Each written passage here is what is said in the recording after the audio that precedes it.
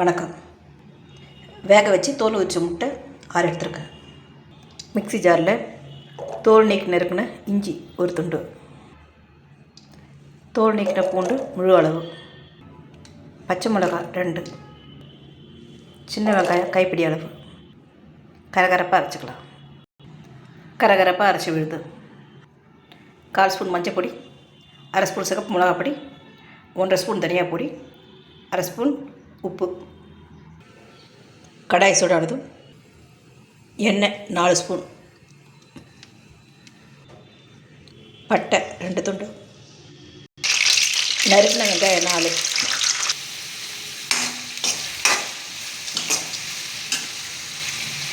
வெங்காயம் பாதி அளவு வதங்கினதும் அரைச்சி விழுது.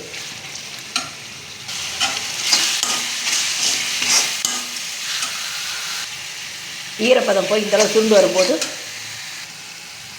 மிளகாய் மசாலா,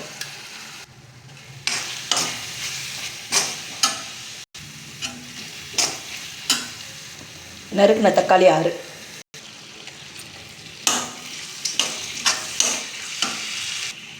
இந்த அளவு வதங்கினதும் 1/2 டம்ளர் தண்ணி,